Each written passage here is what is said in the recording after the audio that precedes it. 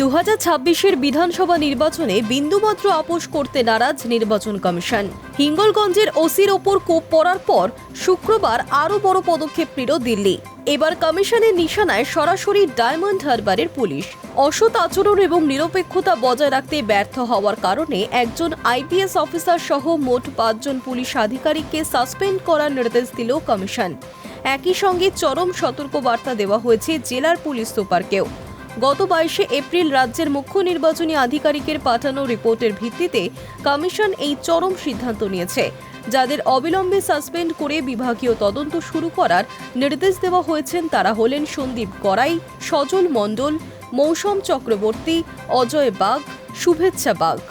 অর্ধস্তন অফিসারদের ওপর নিয়ন্ত্রণ রাখতে না পারা এবং নির্বাচনের মতো স্পর্শকাতর বিষয়ে নিরপেক্ষতা ও শৃঙ্খলা নিশ্চিত করতে ব্যর্থ হওয়ার জন্য ডায়মন্ড হারবারের পুলিশ সুপার ডক্টর ঈশানী পালকেও কড়া ভাষায় সতর্ক করেছে কমিশন।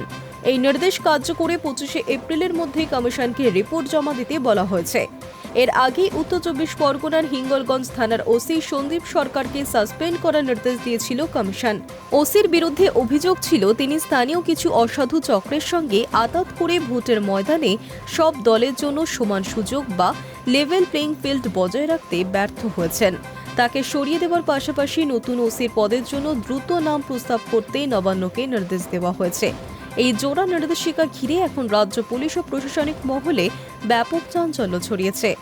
রাজনৈতিক পর্যবেক্ষকদের মতে নির্বাচনের আগে পুলিশি নিষ্ক্রিয়তা বা পক্ষপাত দুষ্ট আচরণের বিরুদ্ধে যে জিরো টলারেন্স নীতি গ্রহণ করা হয়েছে এটি তারই প্রমাণ। এখন দেখার এই প্রশাসনিক রদ বদলের পর সংশ্লিষ্ট এলাকাগুলোতে আইন শৃঙ্খলার ছবিটা কতটা বদলায়।